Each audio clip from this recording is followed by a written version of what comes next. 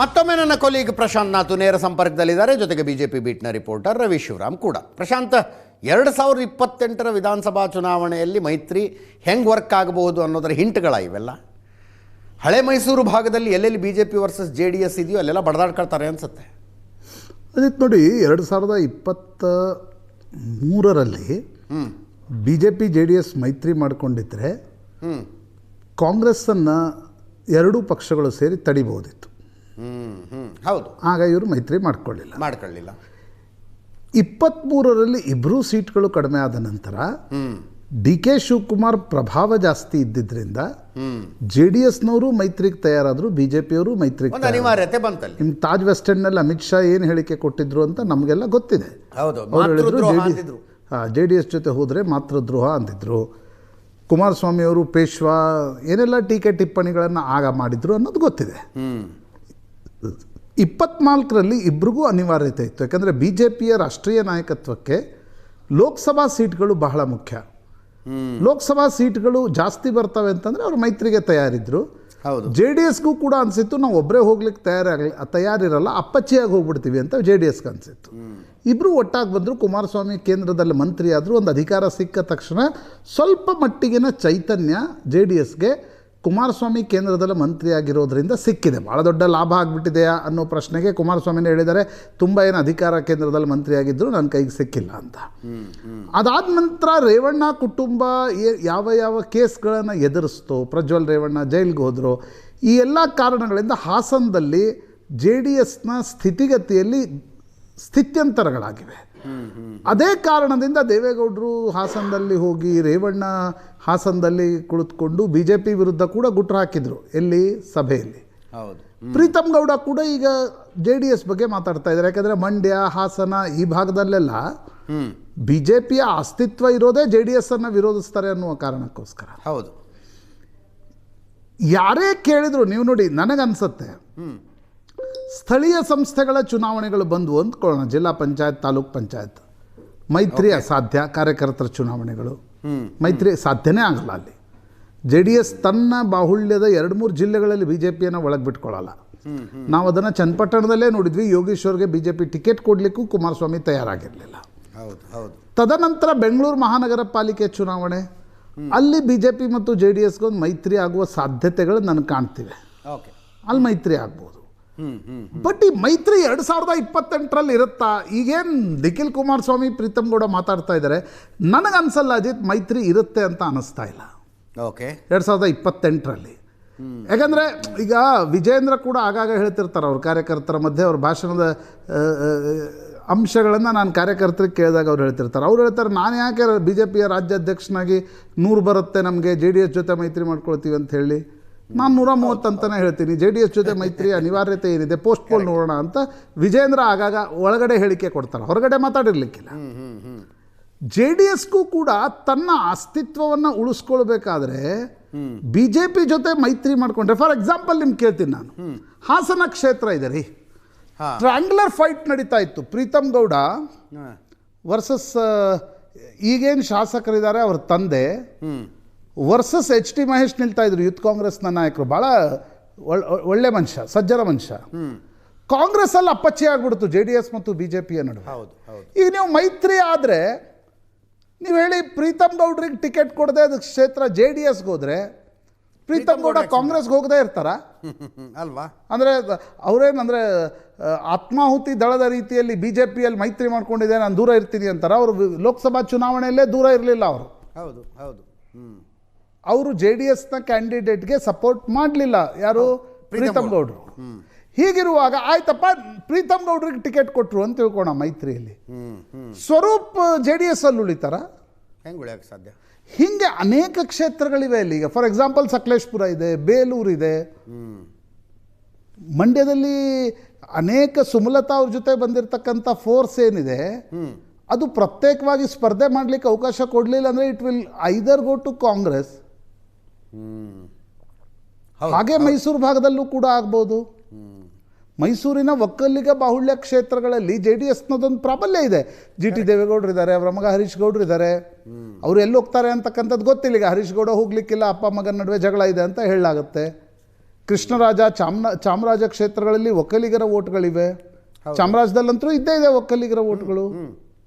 ಈಗ for example ನಾನು ಕೇಳೋದು ನಿಮಗೆ, ನಾಗೇಂದ್ರಗೆ ಟಿಕೆಟ್ ಕೊಡಲಿಲ್ಲ ಅಂದರೆ ಅವ್ರಿಗೆ ದಾರಿಯಲ್ಲಿ ಹೋಗಲಿಕ್ಕೆ?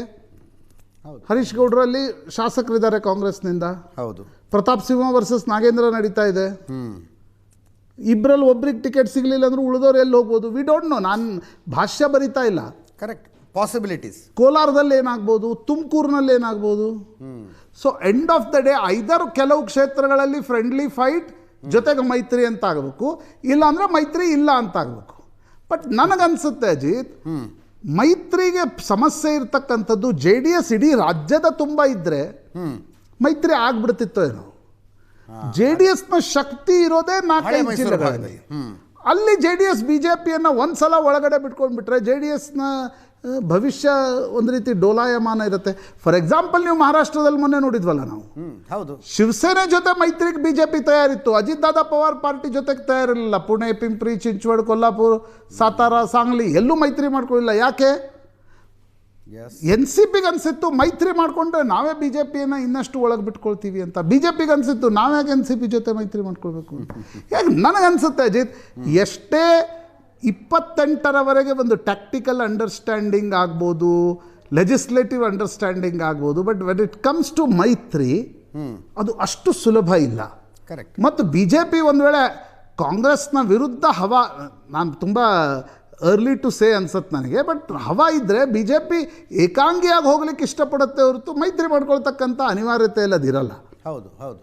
ಪೋಸ್ಟ್ ಪೋಲಲ್ಲಿ ನೋಡ್ಕೊಳ್ಳೋಣ ಬಿಡಿ ಅಂತ ಇರ್ಬೋದು. ಹಾಗೆ ನನಗನ್ಸುತ್ತೆ ಅಜಿತ್, ಈ ಸಂದರ್ಭದಲ್ಲಿ ಮೈತ್ರಿ ಇದೆ. ಕುಮಾರಸ್ವಾಮಿ ಕೇಂದ್ರದಲ್ಲಿ ಮಂತ್ರಿಯಾಗಿದ್ದಾರೆ. ಪಾಲಿಟಿಕ್ಸ್ನಲ್ಲಿ ಈಗ 2026 ಕೂತ್ಕೊಂಡು ನೀವು 28ರಲ್ಲಿ 2 ವರ್ಷ 3 ತಿಂಗಳ ನಂತರ ಏನಾಗತ್ತೆ ಅಂತಕ್ಕಂಥದ್ದನ್ನು ಹೇಳೋದು ಅದು ಔಚಿತ್ಯಪೂರ್ಣವೂ ಕೂಡ ಆಗಿರಲಿಕ್ಕಿಲ್ಲ ಅಂತ ನನಗನ್ಸುತ್ತೆ. 28ರಲ್ಲಿ ಸ್ಥಳೀಯ ಸಂಸ್ಥೆ ಚುನಾವಣೆಯಲ್ಲಿ ಮೈತ್ರಿ ಆಗುವ ಸಾಧ್ಯತೆಗಳು at this point of time ತುಂಬ ಕಡಿಮೆ ಅಂತ ನನಗನ್ಸುತ್ತೆ. ರವಿ, ಈಗಲೇ ಭಾಷ್ಯ ಬರೆಯೋದಕ್ಕಾಗೋದಿಲ್ಲ, ಪ್ರಶಾಂತ್ ಹೇಳಿದ ಕರೆಕ್ಟು. ಬಟ್ ರೆಸಿಸ್ಟೆನ್ಸ್ ಎಲ್ಲೆಲ್ಲಿಂದ ಬರುತ್ತೆ ಅನ್ನೋದ್ರ ಹಿಂಟ್ ಸಿಗ್ತಾ ಇಲ್ವಾ ಪ್ರೀತಮ್ ಗೌಡ್ರ ಹೇಳಿಕೆಯಲ್ಲಿ? ಅಜಿತ್, ಇತ್ತೀಚೆಗಷ್ಟೇ HD ಕುಮಾರಸ್ವಾಮಿ ಅವರು ಹೇಳಿದರು ನಾನು ರಾಜ್ಯಕ್ಕೆ ಬರ್ತೇನೆ ಅಂಥೇಳಿ. ಅಲ್ಲಿಂದ ಶುರುವಾಯಿತು. BJPಯಲ್ಲಿ ಪ್ರಮುಖವಾಗಿ ಸಚಿವರಾಗಿದ್ದಂಥ ನಾರಾಯಣಗೌಡರು BJP ಕಚೇರಿಯಲ್ಲಿ ನಿಂತ್ಕೊಂಡು ಒಂದು ಹೇಳಿಕೆಯನ್ನು ಕೊಟ್ಟರು. ಕುಮಾರಸ್ವಾಮಿ ಅವರಿಗೆ ನಾವು ಮಂಡ್ಯದಲ್ಲಿ ಕ್ಷೇತ್ರವನ್ನು ಬಿಟ್ಟುಕೊಟ್ವಿ, ಅವರಿಗೆ ನಮ್ಮನ್ನೆಲ್ಲ ಮರ್ತು ಬಿಟ್ಟಿದ್ದಾರೆ, ಅವರು ಕೇಂದ್ರದಲ್ಲಿ ಮಂತ್ರಿ ಆಗಿದ್ದಾರೆ ಅಂತ. ಆ ಹೇಳಿಕೆಯನ್ನು ಕೊಡುವ ಪೂರ್ವದಲ್ಲಿ ಬೆಂಗಳೂರಿನ ಒಂದು ಖಾಸಗಿ ಹೋಟೆಲಲ್ಲಿ ಪ್ರೀತಮ್ ಗೌಡ್ರು ಅವರೆಲ್ಲ ಕುಳಿತುಕೊಂಡು ಸಭೆಯನ್ನು ಮಾಡಿದ್ರು ಬೆಳಿಗ್ಗೆ. ನಂತರದಲ್ಲಿ ನಾರಾಯಣಗೌಡರ ಸ್ಟೇಟ್ಮೆಂಟ್ BJP ಕಚೇರಿಯಲ್ಲಿ ಬಂತು. ಅಜಿತ್, BJP ಕಚೇರಿಯಲ್ಲಿ ಕುಮಾರಸ್ವಾಮಿ ಅವರನ್ನು ನಾರಾಯಣಗೌಡರು ಒಬ್ಬ ಮಾಜಿ ಸಚಿವರಾಗಿರುವವರು ಪಾರ್ಟಿ ಕಚೇರಿಯಲ್ಲಿ ನಿಂತ್ಕೊಂಡು ನೀವು ಕುಮಾರಸ್ವಾಮಿ ಅವ್ರ ಬಗ್ಗೆ ಪ್ರಶ್ನೆಯನ್ನು ಮಾಡ್ತಾರೆ ಅಥವಾ ಕುಮಾರಸ್ವಾಮಿ ನಡೆಯನ್ನು ನೀವು ಖಂಡಿಸ್ತೀರಾ ಅಂತ ಹೇಳಿದ್ರೆ ಇದು ಎಲ್ಲಿಂದ ಬಂದಿರುತ್ತೆ ಹೇಳೋದನ್ನು ಒಂದು ರೀತಿ ಅರ್ಥ ಮಾಡ್ಕೊಳ್ಳೋದು ಭಾಳ ಸುಲಭ. ಸಹಜವಾಗಿ ಒಬ್ಬ ವೈಯಕ್ತಿಕವಾಗಿ ಒಂದು ಕ್ಷೇತ್ರಕ್ಕೆ ಸೀಮಿತವಾಗಿ ಮಾತನಾಡೋದು ಬೇರೆ. ಆದರೆ ಅಜಿತ್, ಇವತ್ತು ಪ್ರೀತಮ್ ಗೌಡ ಕೇವಲ ಹಾಸನದಲ್ಲಿ ಮಾಜಿ MLA ಅಲ್ಲ, ಅವರು ಪಾರ್ಟಿಯ ಪ್ರಧಾನ ಕಾರ್ಯದರ್ಶಿ ಆಗಿದ್ದಾರೆ. ವಿಜಯೇಂದ್ರ ಅವರು ಇರಬಹುದು, ಪಾರ್ಟಿಯ ಪ್ರಮುಖ ಜವಾಬ್ದಾರಿ ಹೊತ್ತವ್ರ ಜೊತೆ ಪ್ರತಿದಿನವೂ ಸಂಘಟನೆ ಕೆಲಸದಲ್ಲಿ ಭಾಗಿಯಾಗಿದ್ದವರು. ಅವರು ತನ್ನ ಕ್ಷೇತ್ರಕ್ಕೆ ಮಾತ್ರ ಸೀಮಿತವಾಗಿ ಹೇಳ್ತಾ ಇಲ್ಲ. ಮಂಡ್ಯ, ಹಳೆ ಮೈಸೂರು ಭಾಗದಲ್ಲಿ ಅವರೇ ಉಸ್ತುವಾರಿ ಇದ್ದಾರೆ. ಅಲ್ಲಿ ಹೋದಲ್ಲೆಲ್ಲವೂ ಕೂಡ ಪತ್ರಿಕಾಗೋಷ್ಠಿ ಮಾಡುವಾಗ ಅದು ಪತ್ರಕರ್ತರು ಕೇಳ್ತಾರೆ ಅಂತ ಅವ್ರು ಹೇಳ್ತಾರೋ ಅಥವಾ ಪತ್ರಕರ್ತರು ಹೇಳುವಂಥ ಬಯಕೆಯಲ್ಲಿ ಅವರು ಮಾತನಾಡ್ತಾರೋ ಗೊತ್ತಿಲ್ಲ. ಇಲ್ಲ, ದೇವೇಗೌಡರು ಹೇಳಿದ್ದಾರೆ ನಾವು ಕಾರ್ಯಕರ್ತರೆಲ್ಲರನ್ನೂ ಕೇಳಿದ್ದೀವಿ, ನಮಗೆ ಆ ಮೈತ್ರಿ ಬೇಡ ಹೇಳುವ ಹೇಳಿಕೆಯನ್ನು ಕೊಡ್ತಾ ಇರೋದು ಬಹುಶಃ ಅದು ಕೇವಲ ಪ್ರೀತಮ್ ಗೌಡರು, ನಾರಾಯಣಗೌಡರು ಬಾಯಿಂದ ಮಾತ್ರ ಬರ್ತಾ ಇರುವ ಮಾತುಗಳಲ್ಲ. ಅದ್ರ ಹಿಂದೆ ಅನೇಕ BJP ಹಿರಿಯ ನಾಯಕರುಗಳು ಜೊತೆಗೆ ಕೆಲವರಿಗೆ ಯಾರಿಗೆ ಮೈತ್ರಿ ಬೇಡ ಎನ್ನುವಂಥ ಮನಸ್ಥಿತಿ ಇತ್ತು, ಅವರೆಲ್ಲರ ಭಾವನೆಯ ರೂಪದಲ್ಲಿ ಅವರು ಹೊರಗಡೆ ಮಾತನಾಡ್ತಾ ಇದ್ದಾರೆ ಅಂತ ಅನ್ಸುತ್ತೆ.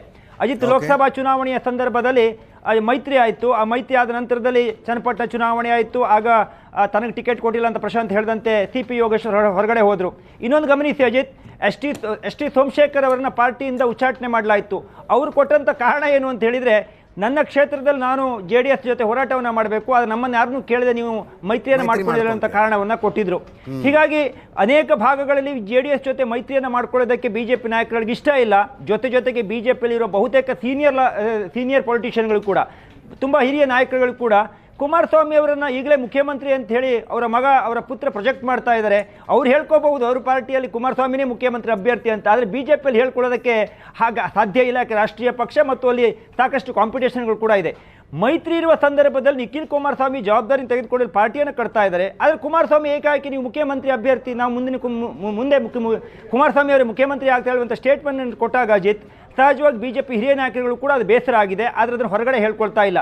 ಪ್ರಮುಖವಾಗಿ ಅಜಿತ್, ಮೊನ್ನೆ ಅಷ್ಟೇ ರಾಮ್ ಮಾಧವ್ ಅವರ ನೇತೃತ್ವದಲ್ಲಿ ಪಾರ್ಟಿ ಕಚೇರಿಯಲ್ಲಿ ಮೀಟಿಂಗ್ ಅನ್ನು ಮಾಡಲಾಗಿದೆ GBA ಚುನಾವಣೆಗೆ ಸಂಬಂಧಪಟ್ಟಂತೆ. ಅಜಿತ್, ಅಲ್ಲಿ ಬಿಜೆಪಿಯ ಬಹುತೇಕ ಶಾಸಕರು ಈ ಮೈತ್ರಿ ಬೇಡ ಎನ್ನುವಂಥ ಮಾತುಗಳನ್ನು ಹೇಳಿದ್ದಾರೆ. ಆದರೆ ಎಲ್ಲಿ JDS, ಉದಾಹರಣೆಗೆ ಯಶವಂತಪುರ ಇರ್ಬೋದು, ಅದೇ ರೀತಿ ನೀವು ನಾರ್ತ್ ಭಾಗಕ್ಕೆ ಬಂದಾಗ ಅಲ್ಲಿ ಒಂದಿಷ್ಟು ಕೆಲವು ವಿಧಾನಸಭಾ ಕ್ಷೇತ್ರಗಳಲ್ಲಿ JDS ಸ್ವಲ್ಪ ತನ್ನ ಪ್ರಾಬಲ್ಯವನ್ನು ಹೊಂದಿದೆ. ಆ ಭಾಗದಲ್ಲಿ ಮಾತ್ರ ಮೈತ್ರಿ ಆದರೆ ಉತ್ತಮ. ಏನಂದರೆ ಮೈತ್ರಿಯನ್ನು ಮಾಡಿಕೊಳ್ಳದೆ ನಾವು ಅವರು ಕೊಡೋ ಕ್ಯಾಂಡಿಡೇಟ್ ಹಾಕ್ತಾರೆ, 500,000 ಓಟ್ಗಳು ನಾವು ಸೋಲುವಂಥ ಸಾಧ್ಯತೆಗಳು ಇರ್ತವೆ ಹೇಳುವಂಥ ಅಭಿಪ್ರಾಯವನ್ನು ಕೆಲವು ಶಾಸಕರುಗಳು ರಾಮ್ ಮಾಧವ್ ಅವ್ರ ಮುಂದೆ ಇಟ್ಟರಂತೆ.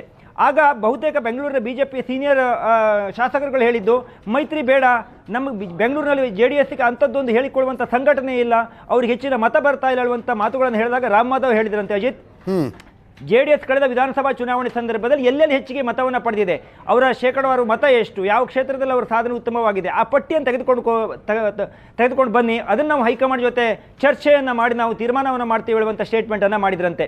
ಆದರೆ ಪ್ರಶಾಂತ್ ಹೇಳ್ತಾ ಇದ್ರು 28ಕ್ಕೆ ಏನಾಗುತ್ತೋ ಗೊತ್ತಿಲ್ಲ, ಮತ್ತು ಈ ಸ್ಥಳೀಯ ಸಂಸ್ಥೆ ಚುನಾವಣೆಯಲ್ಲಿ ಮೈತ್ರಿ ಆಗುತ್ತೋ ಬಿಡುತ್ತೋ ಅನ್ನುವಂಥದ್ದು. ಆದರೆ GBA ಚುನಾವಣೆಗೆ ಅಜಿತ್ ಮೈತ್ರಿ ಆಗತ್ತಾ ಇಲ್ವಾಳುವಂಥ ಪ್ರಶ್ನೆಯನ್ನು ನೋಡಿದಾಗ ಅಂತಿಮವಾಗಿ ಹೈಕಮಾಂಡ್ ಮಟ್ಟದಲ್ಲಿ ಒಂದು ಮೈತ್ರಿಯ ಜೊತೆಗೆ ಹೋದರೂ ಉತ್ತಮ ಹೇಳುವಂಥ ಒಂದು ಮಾಹಿತಿಗಳು ಬರ್ತಾ ಇದ್ದಾವೆ.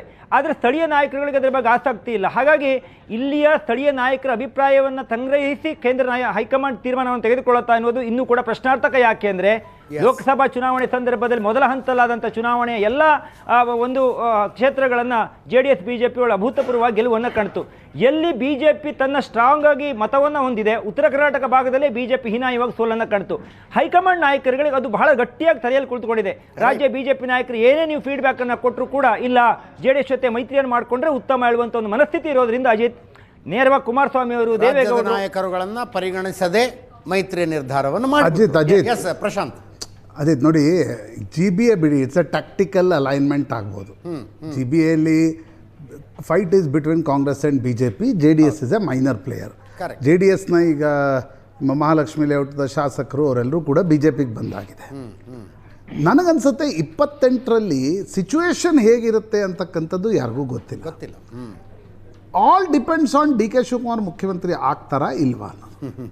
ಒಂದು ವೇಳೆ DK ಶಿವಕುಮಾರ್ ಮುಖ್ಯಮಂತ್ರಿ ಆದರೆ JDS ತುಂಬ ವೀಕೆಂಡ್ ಆಗ್ಬೋದು. ಆಗ JDSಗೆ BJPಯ ಬೆಂಬಲ ಇಲ್ಲದೆ ಹೋಗ್ತಕ್ಕಂಥದ್ದು ಕಷ್ಟ ಆಗ್ಬೋದು, ನನ್ನ ಅಂದಾಜಿನ ಪ್ರಕಾರ. ಒಂದು ವೇಳೆ DK ಶಿವಕುಮಾರ್ ಮುಖ್ಯಮಂತ್ರಿ ಆಗಿಲ್ಲ ಅಂತ ಅನ್ಕೋಣ, ಆಗ ಗ್ರಾಮೀಣ ಭಾಗದ ಒಕ್ಕಲಿಗರ ಮತಗಳು ಇನ್ನಷ್ಟು ದಂಡಿಯಾಗಿ JDSನ ಹತ್ರ ಹರಿದು ಬರ್ಬೋದು. ಅಂದರೆ 23ರಲ್ಲಿ ಏನು ಕಳ್ಕೊಂಡಿದ್ರು ಅದೆಲ್ಲವೂ ಕೂಡ ವಾಪಸ್ ಬರ್ಬೋದು JDS. ಆಗ BJP ಏನು ಮಾಡುತ್ತೆ ಅಂತಕ್ಕಂಥದ್ದು ಕೂಡ ಕಾದು ನೋಡಬೇಕಾಗತ್ತೆ. ಮೂರನೇ ಅಂಶ, ನಾನು ಹಾಗೆ ಪೊಲಿಟಿಕ್ಸ್ನಲ್ಲಿ ನಾವು ಹಿಂಗೆ ಹೇಳಿದರೆ ಮುಂಗಾಲ್ ಪುಟ್ಗಿ ಅಂತಾರೆ, ಬಟ್ ಹೈಪೋಥೆಟಿಕಲಿ ಹೇಳ್ತೀನಿ. ನೀವು ಈಗ ರೆಸಾರ್ಟ್ ಅಂತಾರೆ, ಒಂದು ಕಾಲಿಟ್ಟು 2 ಕಾಲಿಟ್ಟು ಹೊರಗಿಟ್ಟು ಹೋಗಿ BJP ಜೊತೆ ಏನೋ ಆಗಿ ಆದರೆ ಆಗ ಸಮೀಕರಣ ಏನಾಗ್ಬೋದು ಯೋಚನೆ ಮಾಡಿ ಒಂದು ಸ್ವಲ್ಪ. That is a third possibility. ಪಾಲಿಟಿಕ್ಸ್ನಲ್ಲಿ possibility but a possibility. It's ನೋಡಿ, ಪಾಲಿಟಿಕ್ಸ್ನಲ್ಲಿ ಒಂದು ಪಾಸಿಬಿಲಿಟಿ ಅಂತೂ ಇದೆ ಅಲ್ವಾ. ಒಂದು ವೇಳೆ DK ಶಿವಕುಮಾರ್ ಇನ್ನೂ 1 ವರ್ಷ ಮುಖ್ಯಮಂತ್ರಿ ಆಗದೇ ಇದ್ದಾಗ ಅವ್ರು ಏನು ಮಾಡ್ತಾರೆ ಡೆಸ್ಪರೇಷನ್ನಲ್ಲಿ, ವಿ ಡೋಂಟ್ ನೋ. ಈಗಲೇ ಎಲ್ಲವೂ ಕೂಡ ನಿರ್ಧಾರ ಆಗಿರಲ್ಲ ರಾಜಕಾರಣದಲ್ಲಿ, ಎಲ್ಲವೂ ಟೈಮ್ ಕಿ ಬಾತ್ ಹೈ. ಈಗ ನನಗನ್ಸುತ್ತೆ 28 ಪಾಳ್ಯದಲ್ಲಿ ಏನಾಗುತ್ತೆ ಅನ್ನೋದು ಕೂಡ ಈ ತೀರ್ಮಾನದ ಮೇಲೆ ದೊಡ್ಡ ಇಂಪ್ಯಾಕ್ಟ್. ಡೆಫಿನೆಟ್ಲಿ DK ಶಿವಕುಮಾರ್ ಒಂದು ವೇಳೆ ಕಾಂಗ್ರೆಸ್ ಮುಖ್ಯಮಂತ್ರಿ ಮಾಡದೇ ಹೋದ್ರೆ ಕಾಂಗ್ರೆಸ್ OBC ಮತಗಳನ್ನು ಉಳಿಸ್ಕೊಂಡು ಒಕ್ಕಲಿಗರ ಮತಗಳನ್ನು ಕಳ್ಕೊಳ್ಬಹುದು. ಆಗ ಅದರ ಲಾಭ JDSಗೆ ಆಗ್ಬೋದು. So all depends on what is the situation at 2028 ಅಂತ ಅನ್ಸುತ್ತೆ. ರೈಟ್.